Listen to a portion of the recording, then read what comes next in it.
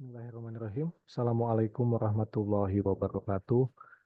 Di pertemuan ini kita akan membahas tentang konsep selat dalam perspektif hukum laut internasional, khususnya dalam tujuan bagi pelayaran internasional atau kebebasan bernavigasi.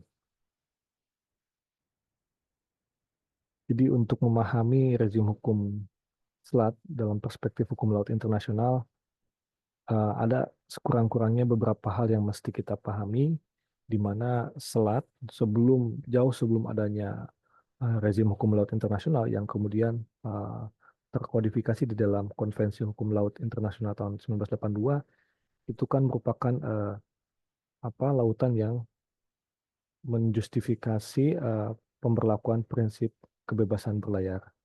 Yang mana apabila kalian sudah memahami di pertemuan sebelumnya, ada dua perspektif di dalam melihat hukum laut, di mana ada pandangan yang mengatakan bahwa laut itu bersifat terbuka sehingga bebas untuk siapapun untuk melakukan eksplorasi, pelayaran, dan perdagangan. Namun ada pula perspektif yang lain yang melihat bahwa laut itu bersifat tertutup. Yang pertama kita menyebutnya sebagai pandangan mar liberum, yang kedua adalah mar clausum. Mar liberum digagas oleh Grotius, sedangkan mar clausum diantaranya digagas oleh John Sheldon.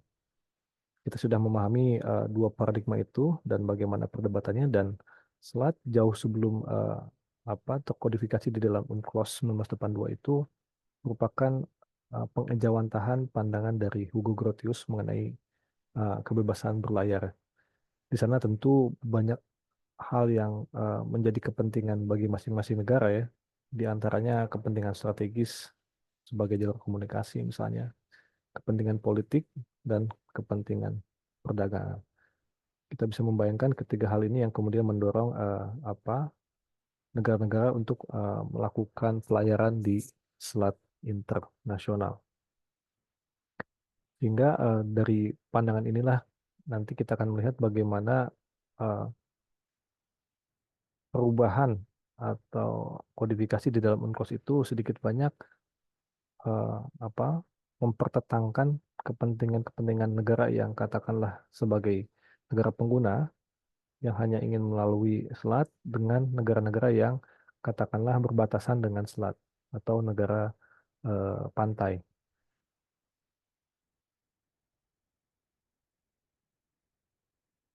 Berkaitan dengan selat di dalam perspektif hukum laut internasional, kita apabila hendak ingin melihatnya secara jauh, secara zoom out, itu dapat kita pilih menjadi dua rezim ya, yaitu sebelum berlakunya UNCLOS di tahun 1982 dan setelah berlakunya UNCLOS.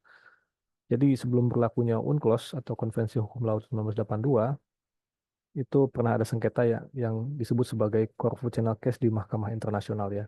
Yang intinya di dalam sengketa tersebut Mahkamah Internasional memutuskan bahwa di dalam selat internasional yang menghubungkan antara laut lepas yang satu dengan laut lepas yang lain itu berlaku hak lintas damai, sehingga itu menjadi apa hak bagi negara-negara untuk menggunakan laut tersebut, alih-alih ditutup dan tidak boleh dilintasi gitu ya. Itu yang pertama. Kemudian eh, di dalam putusan yang sama juga Mahkamah Internasional itu membedakan konsep hak lintas damai dengan hak konsep lintas damai yang berlaku di dalam laut teritorial. Nanti kita akan melihat paparannya seperti apa, dan itu tampak perbedaannya sehingga ada keleluasan-keleluasan yang dimiliki negara pengguna apabila dia hendak melintasi selat berlandaskan hak lintas damai. Namun kemudian pasca berlakunya UNCLOS 1982, maka pertama laut teritorial yang semula katakanlah umumnya itu hanya maksimal 3 mil, itu menjadi 12 mil. Hal ini tentu berimplikasi pada berkurangnya laut lepas. Kalau laut lepas semakin berkurang dan kemudian laut teritorial menjadi semakin bertambah, maka tentu kita bisa membayangkan kepentingan negara pengguna semakin pula berkurang. Kalau di laut teritorial kan harus melakukan lintas damai gitu ya dan lain sebagainya. Sedangkan di laut lepas itu bebas, tidak ada aturan. Nah, inilah yang kemudian saya maksud tadi bahwa ada pertentangan kepentingan. Kemudian di saat yang sama, oleh karena laut teritorial itu berkembang menjadi semakin luas, yang semula mungkin hanyalah laut lepas, maka ada yang disebut dengan teritorialisasi selat. Sehingga selat-selat yang katakanlah semula tunduk pada rezim hukum non-laut teritorial itu menjadi tunduk pada rezim hukum laut teritorial. Sekurang-kurangnya itu berlaku bagi sebagian-sebagian selat ya. Nah, ini kemudian menimbulkan pertanyaan mengenai bagaimana dengan kebebasan penerbangan dan berlayar yang semula berlaku dalam rezim hukum laut lepas gitu. Nah, ini yang akan kita coba lihat bagaimana perkembangan hukum laut internasional ini eh, sebetulnya pada akhirnya mengkompromikan kedua kepentingan yang pernah yang dibahas di awal, yaitu paradigma yang katakanlah bebas, yang terbuka, paradigma mar liberum dengan paradigma laut tertutup ya, atau mar clausum.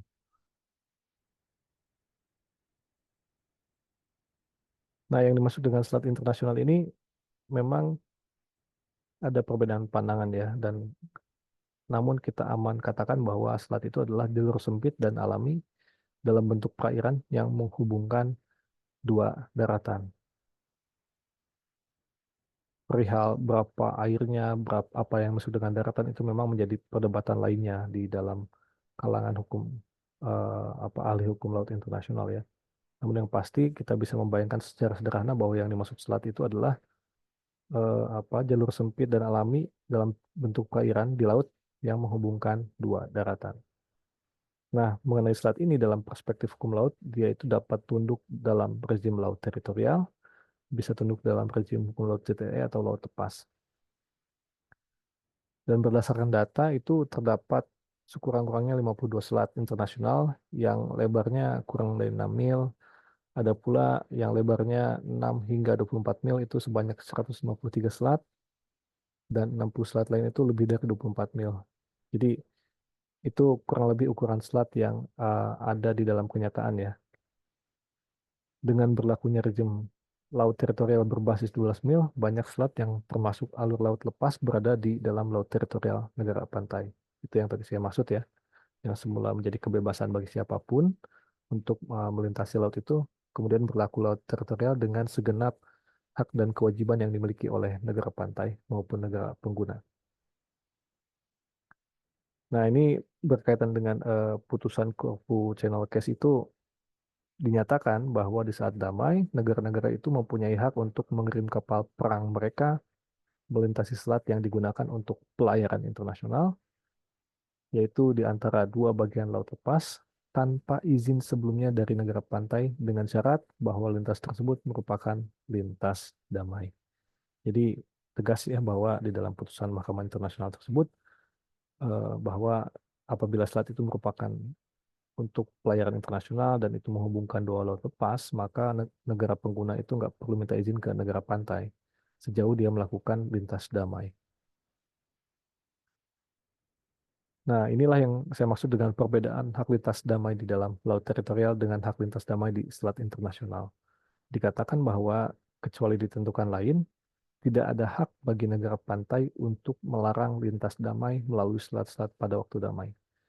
Ini saya kira berbeda dengan konsep hak lintas damai di laut teritorial yang sekalipun pada dasarnya merupakan kebolehan, namun negara pantai atau negara pesisir itu masih dapat melarang penggunaan lintas damai dengan alasan-alasan yang diatur di dalam hukum laut. Misalnya saja alasan keamanan gitu ya. Nah, sedangkan di sini kita lihat bahwa tidak boleh dilarang. Kemudian perbedaan lainnya adalah eh, lintas damai di laut teritorial itu kan apa tidak mencakup kebebasan penerbangan ya. Sedangkan di sini dalam konteks selat internasional, maka hak ini mencakup kebebasan penerbangan. Jadi bukan hanya apa kapal laut, melainkan juga eh, pesawat terbang ya. Dan seperti dan tidak seperti lintas damai di laut teritorial, hak lintas damai di selat internasional itu tidak boleh dilarang. Ini ya tadi sudah ditegaskan. Hingga itulah apa bisa kita katakan bahwa konsep lintas damai di selat internasional itu diperluas ketimbang di dalam rezim laut teritorial yang lebih memberikan hak kepada negara pantai atau negara pesisir untuk memberikan batasan-batasan.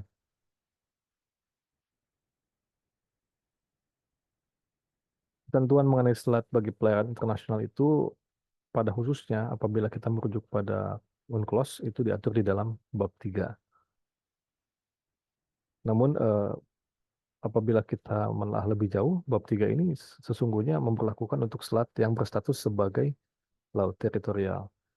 Dan di dalam aturan yang sama pula nanti kita akan melihat bahwa yang namanya selat itu dapat tunduk sekurang-kurangnya terhadap dua rezim, yaitu tadi berlaku hak lintas damai atau hak lintas transit.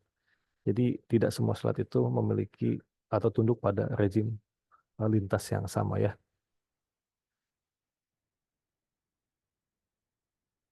Unsur pertama yang mesti diperhatikan adalah bahwa yang dimaksud dengan selat bagi pelayaran internasional sini adalah tentu harus melihat unsur fungsionalnya, yang mana itu rujukannya memang misalnya dalam faktanya si selat itu digunakan untuk pelayaran internasional, untuk perdagangan, untuk sarana transportasi dan komunikasi. Kemudian dari dimensi spasialnya, apabila kita bicara tentang lintas transit, maka selat yang dimaksud adalah selat yang menghubungkan antara satu bagian laut lepas atau ZEE, jadi antara salah satu doang ya, dan bagian lainnya dari laut lepas atau ZEE. Nah, apabila selat ini menghubungkan kedua bagian tersebut, maka di sini berlaku lintas transit. Yang dimaksud dengan lintas transit itu mencakup kebebasan pelayaran dan penerbangan untuk tujuan transit yang dilakukan secara terus-menerus dan secepat mungkin. Dan ini sekali lagi harus melihat unsur spasialnya bahwa selat ini menghubungkan satu bagian laut lepas atau ZEE dan satu bagian lain laut lepas atau ZEE. Ini yang kita bahas sekali lagi masih dalam konteks selat yang berlaku atau tunduk pada lintas transit. Nah, kalau kita coba klasifikasi lebih jauh, eh, maka tipologi atau klasifikasi mengenai selat internasional yang diatur di dalam UNCLOS itu ada apa beberapa bagian ya. Di sini kita bisa melihat di tabel ini ada sekurang-kurangnya dua jenis, A dan B. A yaitu straight atau selat yang tunduk pada bab 3 UNCLOS, di mana si selat ini pada dasarnya merupakan laut teritorial. Namun dari huruf A ini kemudian ada dua jenis lagi. Yang pertama eh, selat yang mana eh, yang memberlakukan hak lintas transit. Itu yang tadi kita bahas ya, A.1 yaitu selat yang memberlakukan hak lintas transit. Bagi selat apa? Yaitu bagi selat yang menghubungkan antara laut lepas atau ZEE dan laut lepas atau ZEE lainnya. Jadi secara geografisnya itu yang dihubungkan. Tetapi ada pula jenis selat lainnya yang mana bukan memberlakukan hak lintas transit, melainkan memberlakukan hak lintas damai. Yaitu kita bisa lihat di dalam huruf A.2, di bagian A dikatakan hak lintas damai ini diberlakukan apabila selat tersebut menghubungkan laut lepas atau ZEE dengan laut lepas atau ZEE lainnya yang disertai dengan adanya pulau. Jadi nanti kita akan melihat apabila di tengah-tengah ada pulau dan laut itu menghubungkan laut lepas atau ZTE dengan laut lepas atau ZTE lainnya, maka yang berlaku bukan lintas transit, melainkan lintas damai. Hal ini sebagaimana diatur di dalam pasal 38 ayat 1 dan 45 ayat 1 huruf A. Dan yang huruf B-nya ada pula hak lintas damai juga berlaku apabila si selat itu menghubungkan antara laut lepas atau ZTE dengan laut teritorial. Ini diatur di dalam pasal 45 ayat 1 huruf B. Namun di luar itu, yang bagian kanan, yang bagian B itu ada pula selat-selat yang mana tidak tunduk pada aturan di dalam bab 3 ini. B1 misalnya yaitu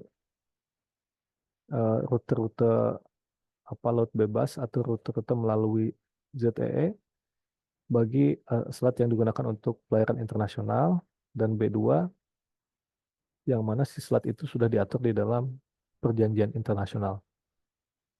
Dan B3 adalah selat yang berada di dalam perairan kepulauan. Nah, jadi sekali lagi ada sekurang-kurangnya apa ini? 5 jenis ya. Oh, sorry. Ya, 5 jenis tipologi selat di dalam rezim hukum laut internasional dan tidak seluruhnya tunduk pada UNCLOS. Nah, ini kita bisa melihat satu contoh di bawah di mana hak lintas transit berlaku. Sekali lagi, ini ini ibaratnya kan apa laut ya. Kalau laut tentu ini sebetulnya nggak ada batas, namun kita sekali lagi selaku orang hukum akan membagi-bagi laut, di mana di sini ada laut teritorial sepanjang 12 mil, begitu pula di atas ya, ini katakanlah negara A, ini negara B, dan di sebelah kanan dan kiri ini ada laut bebas atau ZEE. Nah, apabila menghubungkan laut bebas atau ZEE dengan laut bebas atau ZEE lainnya, dan ini berlaku di dalam laut teritorial, maka berlaku hak lintas transit. Gitu ya. Contoh lainnya bisa kita lihat di gambar berikut ini. Di sini sekali lagi lintas transit berlaku apabila ia menghubungkan satu bagian ZEE atau laut bebas dengan bagian lain dari ZEE atau laut bebas.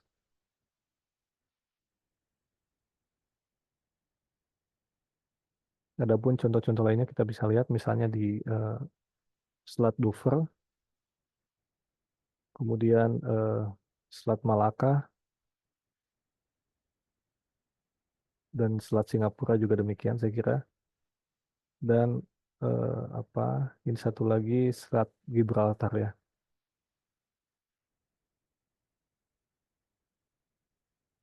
Tadi kita sudah melihat bahwa tidak seluruh selat itu tunduk pada rezim hak lintas damai, melainkan ada pula yang tunduk pada rezim hak, sorry, tidak seluruhnya tunduk pada lintas transit, namun ada pula yang memperlakukan hak lintas damai. Pertama yang harus kita pahami, yang memperlakukan hak lintas damai itu adalah selat yang dibentuk oleh pulau di suatu negara yang berbatasan dengan selat dan daratannya dan terdapat rute menuju laut dari pulau tersebut melalui laut lepas atau ZEE atau selat di antara bagian laut lepas atau ZEE dan laut teritorial negara asing. Jadi kita bisa melihat ya perbedaan antara apa dimensi spasial atau geografis dari selat dimaksud. Di luar itu tentu ada unsur fungsional di mana si selat ini menawarkan kenyamanan yang sama berdasarkan karakteristik navigasi dan atau pelayaran dan hidrografinya. Nah, jadi ya ini tadi ya pembahasan mengenai selat bagi yang memperlakukan hak lintas transit itu apabila si selatnya menghubungkan ZEE atau laut lepas dengan ZEE atau laut lepas lainnya. Ini sudah kita bahas ya. Nah, untuk memberikan contoh lintas damai, ini bisa kita lihat dua gambar berikut, yang atas dan yang di bawah. Yang atas ini tadi ya, apabila ada ZTE dan atau laut lepas di satu sisi dan ZTE atau laut lepas lainnya, namun di tengah-tengah atau si selat ini dibentuk oleh pulau yang dimiliki oleh negara A. Nah, di sini maka yang berlaku adalah hak lintas damai. Demikian pula di gambar bawah, apabila kita melihat di sini eh, laut teritorial atau selat ini menghubungkan laut teritorial dengan ISIS atau laut bebas atau ZEE. Apabila unsur spasialnya demikian, maka yang berlaku adalah hak lintas damai. Contohnya misalnya ini ya, contoh yang apa? Di sini ada pulau gitu kan. Ini contoh kedua. Sedangkan untuk contoh yang menghubungkan laut teritorial dengan laut bebas, ini kita bisa lihat di sini.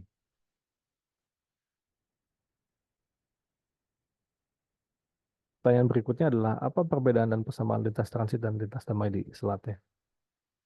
Pertama kita bisa melihat perbedaan bahwa semua kapal laut dan pesawat udara itu memiliki hak lintas transit termasuk kapal perang. Kalau lintas damai dia nggak punya gitu ya. Kemudian hak lintas transit mencangkup penerbangan oleh semua pesawat udara termasuk pesawat militer. Kalau lintas damai tidak gitu ya. Kemudian tak ada kewajiban eksplisit untuk berlayar di permukaan laut dan untuk menunjukkan bendera bagi lintas transit. Jadi kalau lintas transit itu eh, kapal negara lain itu boleh melintas di bawah laut gitu ya, misalnya kapal selam. Sedangkan kalau lintas damai, salah satu unsur atau syaratnya adalah dia harus muncul ke permukaan laut, mengibarkan bendera dengan damai, yaitu tidak apa mengganggu keamanan bagi negara yang dilaluinya gitu ya. Dan tak seperti hak lintas damai melalui laut teritorial pada umumnya, tidak akan ada penangguhan lintas transit. Jadi sekali lagi ini yang membedakan antara lintas damai dan lintas transit. Kalau lintas damai itu kan apabila tunduk di dalam rezim laut teritorial itu sekalipun diperbolehkan itu masih dapat dilarang gitu ya. Namun tidak demikian halnya dengan lintas transit. Adapun selain itu persamaannya bahwa lintas transit juga menyerupai lintas damai, di mana kapal laut dan pesawat udara harus memenuhi syarat lintas. Ini yang pernah dibahas di pertemuan sebelumnya ya, di mana apa kapal atau pesawat tersebut harus melalui selat secara terus-menerus, langsung dan secepat mungkin. Namun tentu saja di dalam keadaan yang sifatnya memaksa atau force major, dia dapat berhenti dan melego jangkar. Dan secara umum tentu harus mentaati aturan hukum. Kemudian, jika kita melihat hak dan kewajiban negara pantai, hal ini diatur di dalam pasal 41. Diatur bahwa negara yang berbatasan dengan selat dapat menentukan alur laut dan dapat menetapkan skema pemisah lalu lintas untuk pelayaran di selat apabila diperlukan untuk meningkatkan lintasan yang aman bagi kapal. Jadi intinya gampangnya untuk meningkatkan keamanan dan safety bagi pelayaran di situ, negara yang berbatasan dengan selat itu atau negara pantai atau negara pesisir itu dapat menentukan alurnya kemana saja gitu ya. Kemudian dapat memberikan notifikasi atau pengumuman mengenai situasi dan kondisi di selat tersebut, di mana tentu saja sekalipun negara itu bisa menentukan alur lautnya, namun hal ini harus sesuai dengan ketentuan apa ketentuan hukum laut internasional yang telah diterima secara umum ya.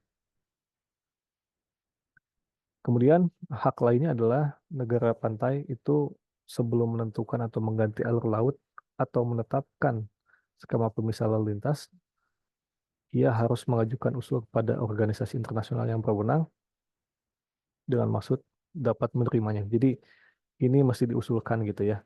Tidak sekonyong-konyong secara sepihak, negara pantai itu bisa tiba-tiba saja mengubah ketentuannya, namun ini harus diajukan dulu. Kemudian apabila ternyata ada situasi di mana selat itu berkaitan dengan dua negara ya, dan dua negara tersebut memiliki pandangan berbeda, maka kedua negara itu harus bekerja sama di dalam merumuskan usul mengenai apa bagaimana alurnya dan itu dikoordinasikan dengan organisasi internasional.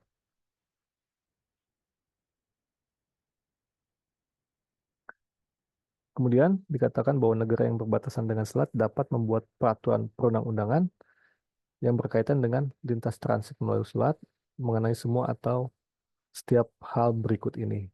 Pertama, mengenai keselamatan pelayaran dan pengaturan lalu lintas di laut, kemudian pencegahan, pengurangan, dan pengendalian pencemaran, eh, misalnya pembatasan pembuangan minyak, limbah, dan bahan beracun, kemudian berkaitan dengan kapal penangkap ikan, pencegahan penangkapan ikan, termasuk cara menyimpan alat penangkapan ikan,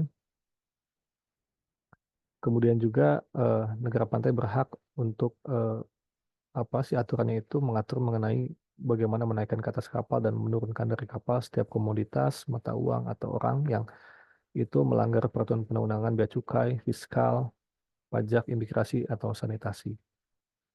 Namun keseluruhan aturan ini, sekalipun negara pantai berhak membuat peraturan perundang-undangannya atau memiliki yurisdiksi secara regulatif, ketentuan tersebut tidak boleh diskriminatif terhadap kapal asing dan memiliki efek praktis menyangkal, menghambat, atau menghalangi hak lintas transit. Sekali lagi, hak lintas transit itu tidak dapat dibatasi ya. Sedangkan kewajiban kapal dan pesawat udara asing saat lintas transit adalah pertama, tentu saja tadi ya, dia harus melintas itu dengan cepat dan di atas laut, kemudian menghindarkan diri dari ancaman atau penggunaan kekerasan terhadap kedaulatan, keutuhan wilayah, kemerdekaan politik, atau dengan cara lain apapun yang melanggar asas-asas hukum internasional yang diatur di dalam Piagam PBB. Menghindarkan diri dari kegiatan apapun selain transit, eh, kecuali memang menghadapi force major atau kesulitan, dan berkaitan dengan kapal khususnya di dalam lintas transit dia harus mematuhi peraturan aturan hukum internasional dan kemudian juga memenuhi prosedur dan praktik mengenai pencegahan dan pengurangan dan pengendalian pencemaran yang berasal dari kapal. Sedangkan untuk pesawat udara, dia harus mentaati aturan mengenai organisasi penerbangan sipil, Civil Aviation Organization, mengenai keselamatan penerbangan, dan setiap waktu memonitor frekuensi radio yang ditunjuk oleh otoritas pengawas lalu lintas udara yang berwenang dan telah ditetapkan secara internasional. Jadi ini ya beberapa kewajiban kapal dan pesawat udara asing saat melakukan lintas transit. Sebagaimana telah disampaikan bahwa tadi ya ada beberapa tipologi selat internasional, namun di sini yang kita bicarakan adalah selat internasional di luar bab 3 UNCLOS. Yang pertama adalah selat yang digunakan untuk pelayaran internasional yang memiliki rute melalui laut lepas atau ZTE yang memiliki convenience atau kemudahan yang sama ya sehubungan dengan karakteristik navigasi dan hidrografinya. Kemudian ada pula selat yang pelintasannya diatur seluruhnya atau sebagian oleh konvensi-konvensi internasional seperti misalnya Selat Turki dan Selat Gibraltar. Dan yang terakhir adalah selat internasional dalam perairan kepulauan. Saya kira demikian ya untuk pembahasan kali ini. Selebihnya tentu silahkan kalian mesti membaca bahan-bahan bacaan yang sudah disediakan ataupun referensi-referensi yang dapat kalian temukan. Selain tentu juga dengan membaca Konvensi Hukum Laut Internasional tahun 1982. Sekian terima kasih. Wabillahi taufiq walhidayah. Wassalamualaikum warahmatullahi wabarakatuh.